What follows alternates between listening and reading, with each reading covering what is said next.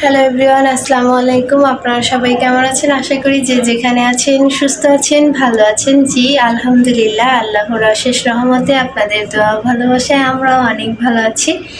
তো গাইস, চলে আসলাম প্রতিদিনের মতো নতুন আরেকটি ব্লগ নিয়ে আপনাদের মাঝে। তো আজকের এই ব্লগটি স্টার্ট করছি। এখন হচ্ছে বাজে 2:30, মানে 2:20 বাজে, 2:30 বাজতে এখনও 10 মিনিট বাকি আছে। তো যাই হোক, রাতের বেলা আর কি রোজা রাখবো যেহেতু, তো আর কি সেহরি কী দিয়ে খাবো সেই রান্নাটা তো অবশ্যই করতে হবে। তো রান্নাঘরে চলে আসছি রান্না করার জন্য। এই যে দেখেন, এখন হচ্ছে আমি ভোর রাতের জন্য আর কি রান্নাটা করব। তো এরপরে তো রোজা রাখতে হবে খাবার খেয়ে, তো আগেই উঠে গেছি রান্না করার জন্য। তো আজকে হচ্ছে আমরা কি রান্না করব, কি দিয়ে খাবার খাবো, তা যতটুকু সম্ভব আপনাদের সাথে শেয়ার করার চেষ্টা করব।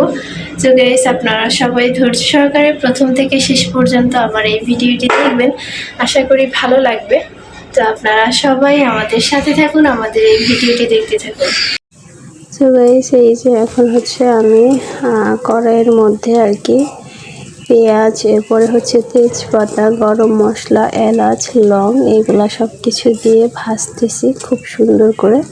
তো এগুলো হচ্ছে ভাইজা নিতেছি প্রথমেই, এরপরে হচ্ছে আমি একটু পানি দিয়ে দিতেছি যেহেতু রান্নাটা ভাজাটা আর কি হয়ে গেছে।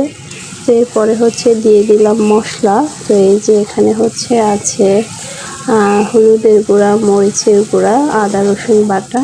তো সব কিছু মিলিয়ে হচ্ছে সুন্দর করে কষায় নিলাম। এরপরে হচ্ছে আমি এই যে মুরগির মাংস দিয়ে দিলাম। তো আজকে হচ্ছে রান্না করব আমরা বাসায় মুরগির মাংস। যে মুরগির মাংসটা হচ্ছে খুব সুন্দর করে আমি কষায় নিব। তো এই যে দেখেন, মশলাগুলোও কিন্তু খুব সুন্দরভাবে কষায় নিছি। এরপরে হচ্ছে মাংসটাও কষায় নিতেছি। তো এই যে এখন হচ্ছে হালকা একটু পানি দিয়ে দিছি যাতে করে মুরগির মাংসটা ভালোভাবে সিদ্ধ হয়, কষানো হয়। যদিও আজকে হচ্ছে ভাইজা রান্না করে নেই, মুরগির মাংসটা কষায় রান্না করতেছি, তো ভালোভাবে তো কষাতেই হবে। তো এরপরে হচ্ছে দিয়ে দিতেছি এগুলো হচ্ছে মটরশুঁটি। তো মটরশুঁটিগুলো দিয়ে আজকে আমি মুরগির মাংস রান্নাটা করব। তো এটা কিন্তু আমার কাছে খেতে খুবই ভালো লাগে। তো এই যে এটা হচ্ছে মাংসের সাথে দিয়ে দিলাম। তো এখন হচ্ছে ভালোভাবে কষিয়ে নিতে হবে আমাকে এটা, যদিও এটা সিদ্ধ না যেহেতু। তো এই যে এখন হচ্ছে হালকা একটু পানি দিয়ে দিব, সাথে দিয়ে দিলাম একটা টমেটো 4 পিস করে কষানোর জন্য। টমেটোটা মশলা হিসেবে ব্যবহার করলাম। তো যাই হোক, এখন হচ্ছে আমি ঢাইকা দিতেছি। তো গাইস, এই যে দেখেন আমার কিন্তু তরকারিটা খুব সুন্দর করে হয়ে গেছে। তো মাখা মাখা ঝোল রাখলাম, খুব বেশি একটা ঝোল কিন্তু আমি রাখি নাই। দেখছো, এই যে আজকে রান্না করছি কি মটরশুঁটি দিয়ে মুরগির মাংস। আমার ভাত বাইরে দিতেছ? বাহ, এই যে এতক্ষণ হয়েছে তোমার কাজ, জীবনে তো কোনো কাজ করোই না,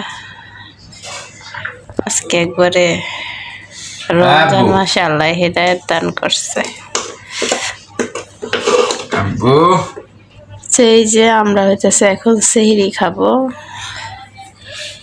আজকে রান্নাটা হয়েছে মুরগির মাংস দিয়ে মটরশুঁটি, আর এখানে আছে হচ্ছে গরুর দুধ আর শাক। ওই যে চামিচ দাও।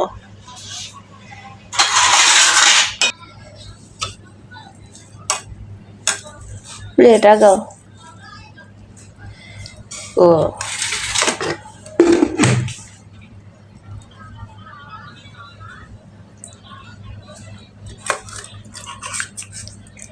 তোমার তো আর দেওয়া যাবে না।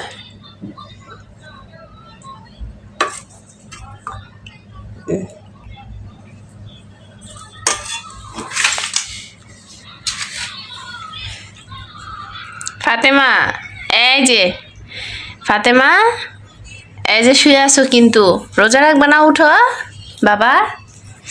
মোবাইল টিপতেছে অথচ খাবার খাওয়াই দিব, খাইব না, মশারির মধ্যে আছে।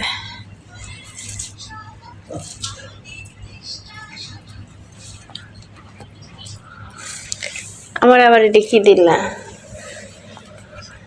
এক ফোঁটা টমেটো গেছে প্লেটে, গুঁড়াই দিস।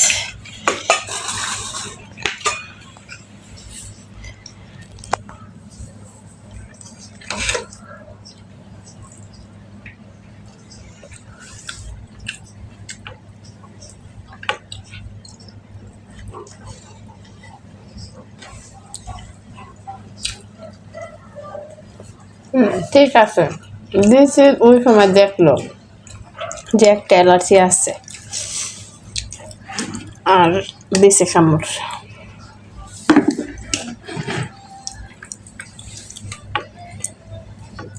এই ফাতেমা আসো, খাবার খাওয়াই দেই। এই যে ম্যাম জিজ্ঞেস করবো রোজা রাখছে কে কে। ফাতেমা কিন্তু, এই যে ফাতেমা আসো বাবা, আসো তাড়াতাড়ি এসো।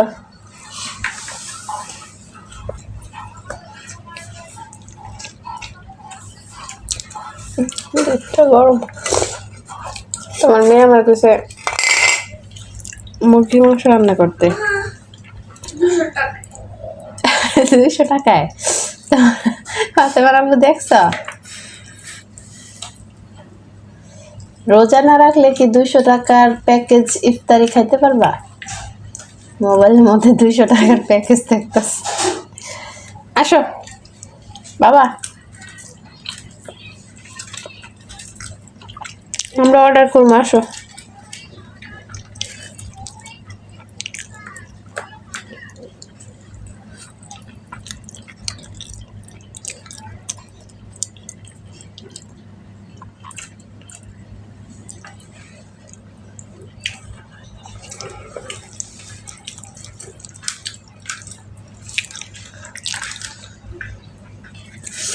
আজকে রোজার 3টা না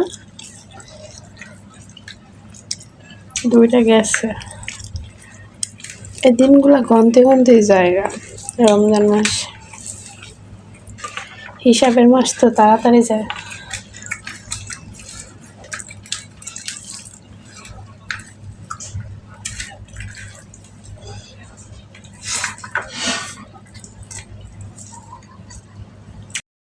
তো এই যে সেহরি খেয়ে রোজা রাখলাম, আলহামদুলিল্লাহ। তো সব কিছু ভালোই ছিল। এরপরে হচ্ছে চলে আসলাম আবারও রান্নাঘরে। ফাতেমার জন্য হচ্ছে গতকালকে আমি একটু আচার বানাইছিলাম, চালতার আচার। তো এই আচারটা হচ্ছে আর একটু ভালোভাবে জাল করে নিতেছি। তো ফাতেমা হচ্ছে চালতার আচার আমাকে বানাই দিতে বলছিল, তো বানিয়ে ফেলছি যেহেতু। তো এরপরে হচ্ছে ফাতেমা একা সারাদিনে কিছু খাইতে চায় না, দেখা যায় আমি খাবার খাই না সেজন্য খাইতে চায় না, এমনিতেও তো খাইতে চায় না। তো আচার বানাই দিছি। তো আচারটা হচ্ছে একটু গরম করে নিলাম।